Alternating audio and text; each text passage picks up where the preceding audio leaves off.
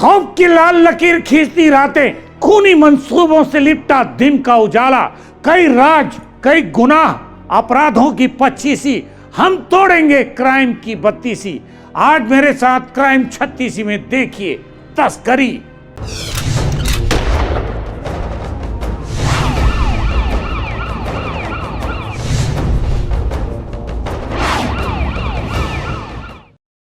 तस्करी एक बेहद पुराना अपराध है। वैसे तो हर अपराध पुराना होता है, लेकिन उसके तरीके बदलते रहते हैं। कोई सोने की तस्करी करता है तो कोई चांदी की, तो कोई हीरे की। 21वीं सदी में इस अपराध का एक नया स्वरूप सामने आया है, वो है मानव तस्करी।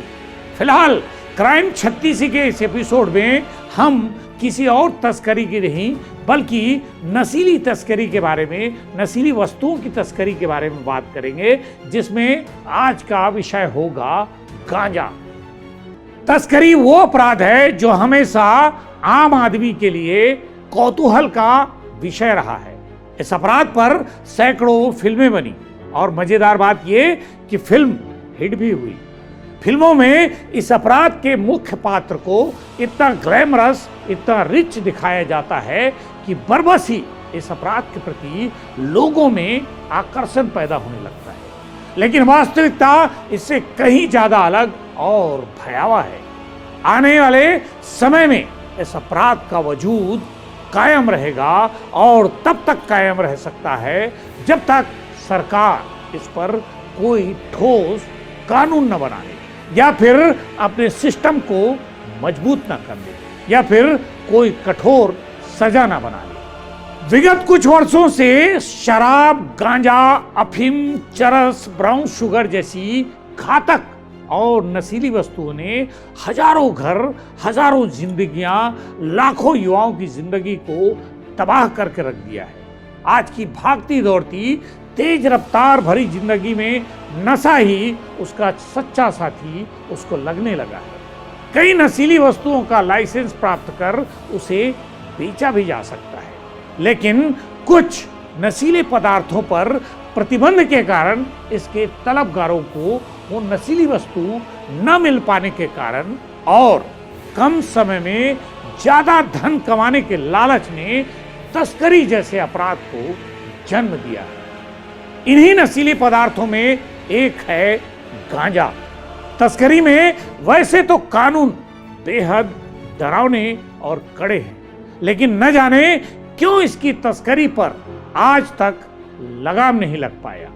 तस्कर खुलेआम अपने अपराध को अंजाम देते हैं। शासन को, प्रशासन को चकमा देकर उसकी नाक के नीचे ये अवैध कारोबार धड़ल्ले से चलता आ रहा है, और शायद अगर ऐसी स्थिति बनी रही तो यह अपराध चलता रहेगा और शासन को राजस्व का नुकसान होता रहेगा। इसके तलबगारों को उसकी मनचाही नशीली वस्तुएं मिलती रहेंगी।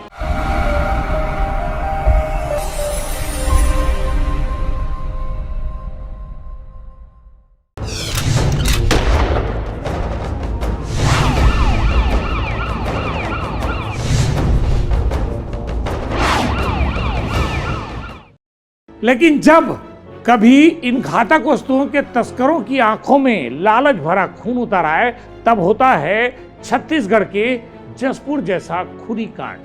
15 अक्टूबर 2021 को दशहरे के पावन पर्व पर जब सैकड़ों लोग खुशियां मनाते सड़कों पर नाच गा रहे थे, तब शायद किसी को भी इस बात का इल्म नहीं था कि एक लाल रंग की गांजे से भरी 4 पहिया वाहन तूफानी वेग से मौत बनकर आएगी और कईयों को कुचलते हुए निकल जाएगी। लेकिन यकीन मानिए ऐसा हुआ। इस घटना को जिसने भी देखा उसके मुंह से एक ही शब्द निकला, हे राम, ये क्या हुआ, कैसे हो गया।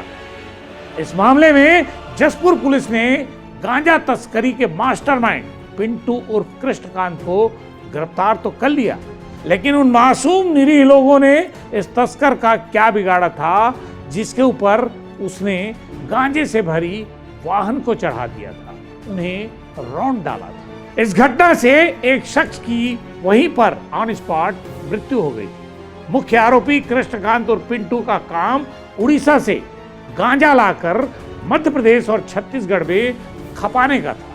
आरोपी पिंटू के ऊपर मध्य प्रदेश में नारकोटिक्स एक्ट के तहत कई मामले दर्ज है।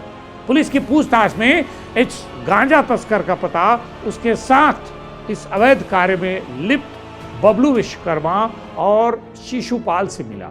इसके बाद उस समय यानी अक्टूबर 2021 में जसपुर पुलिस ने मध्य प्रदेश के सिंगरौली पहुंचकर आरोपी तस्कर को धर दबोचा।